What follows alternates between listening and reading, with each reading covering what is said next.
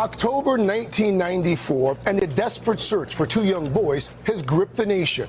I want to say to my babies that your mama loves you so much. Their mother, Susan Smith, claims she's been carjacked and her sons, Michael and Alex, taken by a black man. The boy's father, David Smith, sticking by his wife's side, just like much of the country. But it's all a lie. After 9 days of searching, Susan Smith confesses to buckling her boys into the family car and driving it into a lake. Susan Smith is convicted for their deaths and sentenced to 30 years in prison. Now, 3 decades later, Smith is up for parole. And for the first time since her trial, she will hear her ex-husband David speak out to oppose her release. Your ex-wife is going to face a parole board, and you're going to be there. What do you plan to say? They can't let her out. For 30 years is just not enough. This wasn't an accident. She deliberately killed Michael and Alex. You don't think she's been rehabilitated? I don't think she'll ever be rehabilitated. To me, she's never even been really sorry for what she did. Susan Smith's incarceration has been troubled. In 2000, she was transferred to a new prison after having sex with 2 guards. She's also been disciplined for drug use. In 2015, she wrote to a local newspaper reporter saying, quote, "I am not the monster society thinks I am. Something went very wrong that night. I was not myself. I was a good mother, and I loved my boys." I've never denied that she was a great mother up until the moment that she killed them. No signs. No signs that she would ever hurt them. That's why I believed her the whole 9 days. I never doubted her. David's emotions turned dark during Susan's trial. As you sat there during the trial, what was going through your mind? I used to sit there and look at the back of her head and then look at where the bailiffs were and think about killing her. How quick could I get to her? Could I reach her before that officer reaches me? Yeah. You wanted her dead? I did. David Smith has remarried and is a father again, but he's never forgotten Michael and Alex. Usually it's a song that I hear. No, not any particular song, just different songs. And it just makes me remember how much I miss them. How I wish I could tell them, I miss you so much. His anguish, he says, would be greater if Susan is released. If she does get paroled, do you worry that she's a threat to society? What scares me is that she would get out and then running into her somewhere. Why does that worry you? I don't want to see her. I don't ever want to have to face her. Craig, God gives us free will, and that was her choice that night. Nobody else's choice. Nobody made it for her. She made the choice to murder Michael and Alex. Have you forgiven her? Of course. Why? It doesn't make the pain any less. But I had to forgive her. And to move on with my life, I had to forgive her, because it was just going to eat me up if I didn't. November 2024. Susan Smith sits before a parole board. She's 53 now. Her hands are folded. Her voice is measured. She talks about God, about change, about remorse. No one believes her. The decision was made before she entered the room, not by cruelty but by memory, by 2 small bodies pulled from a lake in 1994, by a lie that lasted 9 days, by a truth that will last forever. This is not a story about what Susan Smith did. You already know that. The world knows that. This is about what happened after, about the 30 years between that sentencing and this parole hearing, about a punishment that isn't death, but something slower, something that never ends. This is Case Within, where we don't just revisit the crimes that shook us. We examine what happens after the spotlight fades, what remains when there's nothing left but time. When all you have left is yourself, and you are the one thing you cannot escape. July 28, 1995. Susan Smith, age 23, is sentenced to life in prison with the possibility of parole after 30 years. The jury rejected the death penalty. They gave her time instead. At 23, 30 years is incomprehensible. It's abstract, a number without shape. But it has shape, it has weight. Leth Correctional Institution, Greenwood, South Carolina, a women's facility surrounded by fences and farmland. This is where Susan Smith will age, where she will lose her 20s, her 30s, her 40s, where she will become someone unrecognizable. She enters not as Susan Smith, but as inmate 683. Her name is replaced by a number, her identity by a jacket, her future by a routine that will repeat 10,950 times before she's even eligible to ask for freedom. The first days are disorienting. The loss is not dramatic, it's total.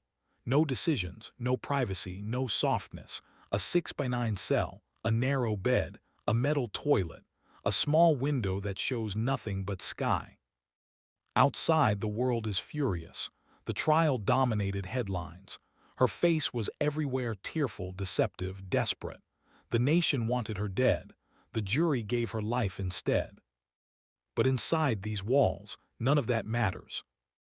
Inside, she is just another woman in a jumpsuit, another body moving through count, another tray at mealtime, another light turning off at the same time every night.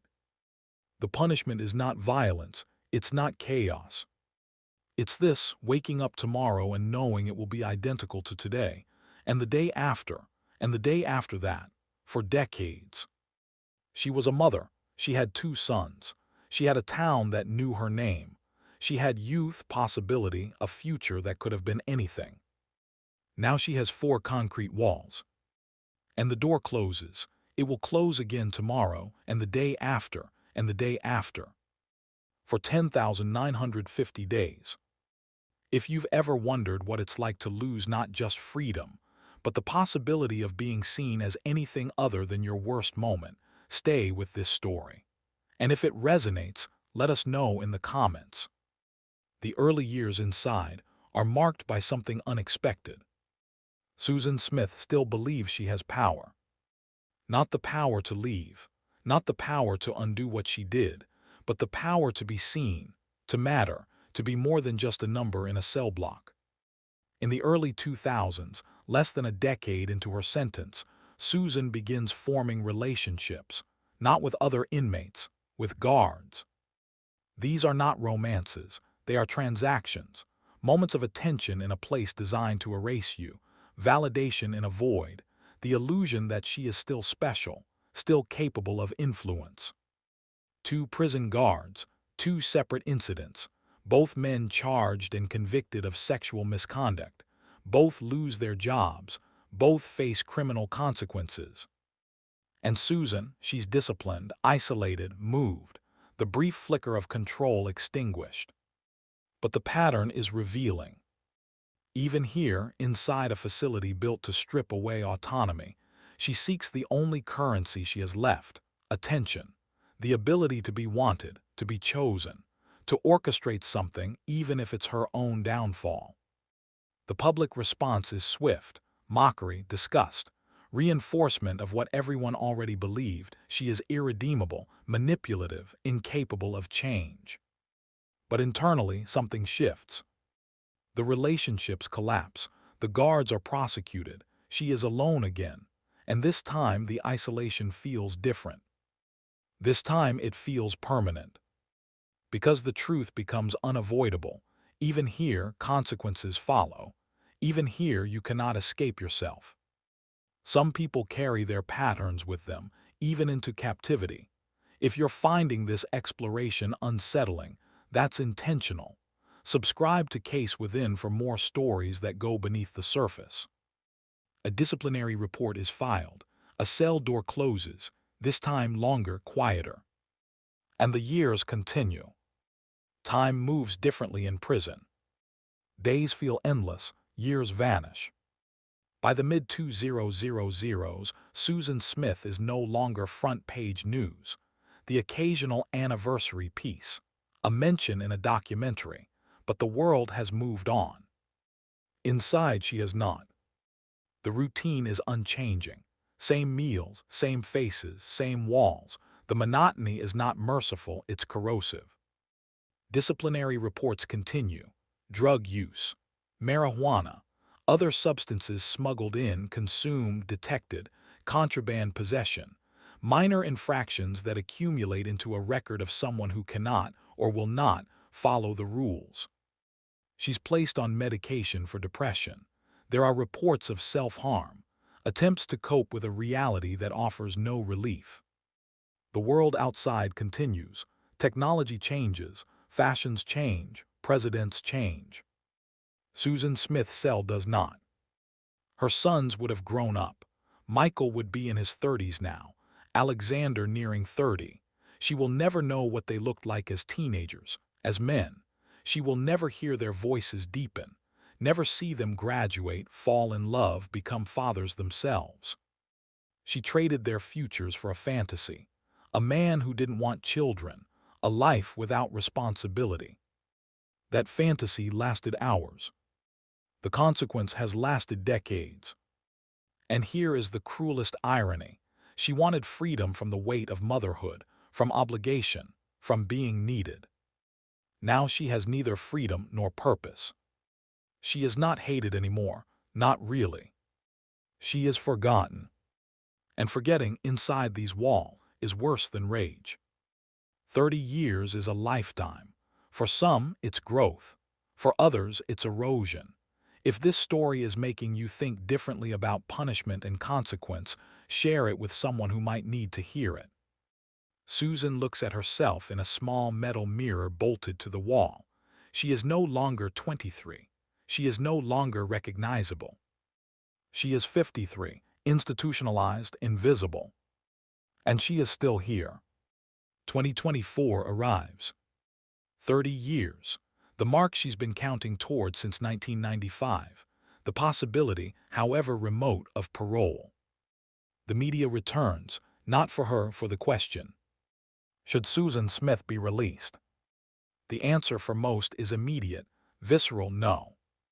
But the process must happen. The hearing must occur.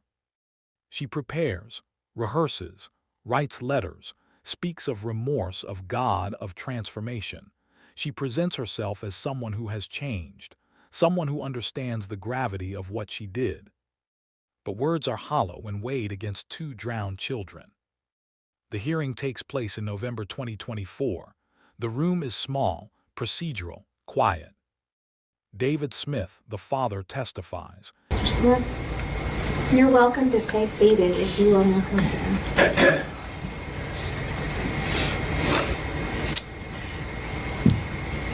Madam Chairman, members of the committee.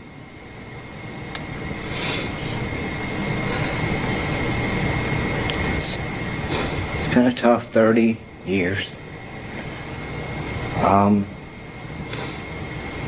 I'm not here to speak about what she's done in prison. You all have the records and accounts of all that. I'm just here to advocate on Michael and Alex's behalf. And as their father.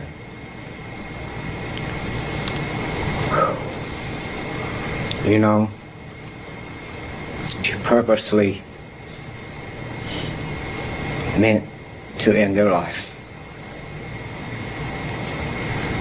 I never have felt any remorse from her for it. She's never expressed any to me. I've never seen it on paper.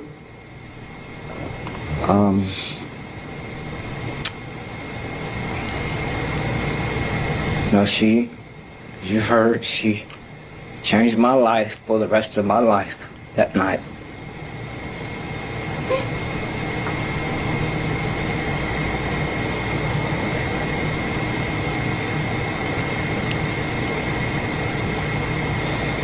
Some for the better, some for the worse, but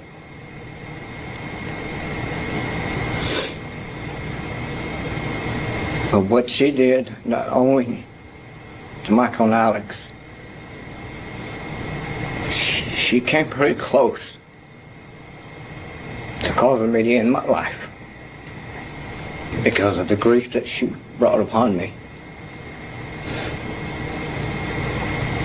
But thankfully she didn't. I understand back in 95 that through the state's law, life imprisonment, 30 years to life. And now that's different, but at that time, that's what counts. I understand that.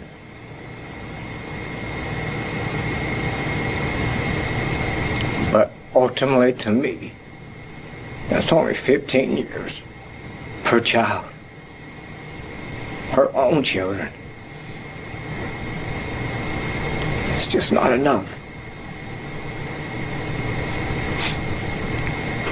So I'm asking that you please deny her parole today. And hopefully in the future, but specifically today. Not let her out. I miss them very much. And I love them very much. And I will be here every 2 years going forward to ensure that your death doesn't go in vain. Thank you. Thank you so much, Mr. Smith. He opposes her release. His voice is steady, but the devastation is clear. 30 years have passed. The pain has not. The prosecution presents Susan's institutional record, not a model inmate, disciplinary infractions, drug violations, inappropriate relationships, a pattern of seeking shortcuts, of avoiding accountability. Susan speaks.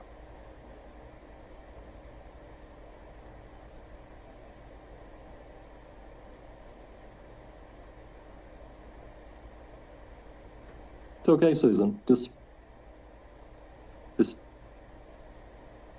Just talk with us.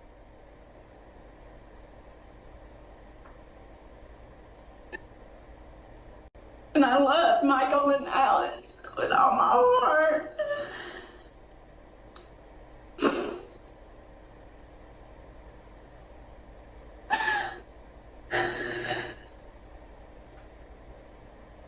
Smith, were you under the influence of drugs or alcohol the night that you murdered your children? No, ma'am, I was not. Your attorney talked about working with mental health. Is that helpful to you? Ma'am, Mr. Thomas I hear you. Mr. Thomas talked about the fact that you were working with mental health, and my question is that helpful to you? Yes, ma'am. Is that something that you would be willing to continue with on the outside if you were granted parole? Yes, ma'am. Ms. Smith, your crime took a lot of resources from the law enforcement community. What, if anything, would you say to the folks who worked so hard to find your children if you had the opportunity to speak to them today? That I'm sorry that I put them through that. I really, really am. And I'm especially sorry to the drivers that I had to find them. I wish I could take that back. I really do. I was really, and I'm sorry. I don't know. I know that's not enough. I know it's not, but I don't know. I know that's just sound like words, but they come from my heart. They really do. She talks about faith, about her sons, about regret that she insists consumes her. But the board has already seen the evidence, the behavior, the record of someone who, even in captivity, continued to manipulate, to violate, to refuse the hard work of genuine change. The decision is unanimous. Parole denied. She will remain incarcerated for at least 2 more years when she can apply again, and 2 years after that, and 2 years after that. The fantasy that she might one day walk free, start over, be seen as something other than the woman who drowned her sons, dies in that room. It dies quietly, without ceremony, and she returns to her cell. Justice doesn't always feel satisfying. It just is. If you believe stories like this matter, not for entertainment but for understanding, leave a comment. Tell us why you're here. The door closes. 2 more years. Then 2 more. Then 2 more. Susan Smith is 53 years old. She has been incarcerated for 30 years. She will likely remain incarcerated for the rest of her life. Parole hearings will continue every 2 years, but the outcome is predictable. The public will not forgive. The system will not release. Her sons are gone. Her youth is gone. The future she imagined free, unburdened, chosen never existed. She lives now in a kind of purgatory, not dead, not alive in any meaningful sense, just surviving.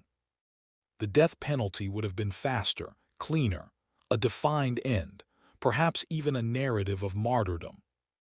Instead, she has this: decades of breathing, thinking, remembering, being reminded every single day that she is unforgiven. She wakes up in the same cell, eats the same food, sees the same faces, follows the same rules she has broken and will likely break again. And time continues. Not as punishment, not as revenge. As consequence. There is a cruelty in hope without possibility, in parole hearings that will never result in release, in the knowledge that the world has moved on while you remain frozen in the worst moment of your existence. Some would argue this is justice. Others would call it revenge. The truth is probably somewhere in between. But what is undeniable is this: Susan Smith killed her children to escape responsibility, to pursue a fantasy of freedom. She gained neither. She is more trapped now than she ever was in 1994, more isolated, more powerless, more erased. She will likely die in prison, not because the system is cruel, but because some choices are permanent. Some crimes cannot be walked back. Some doors once closed never open again. Susan Smith's story doesn't end cleanly. It lingers, like all tragedies do. If this made you think about consequence, memory, or the cost of selfishness, share it. Not because it's easy to watch, but because some truths shouldn't be comfortable. Subscribe to Case Within. We tell the stories that don't let go. Michael and Alexander Smith would be 33 and 30 years old today. We remember them not for how they died, but because they lived.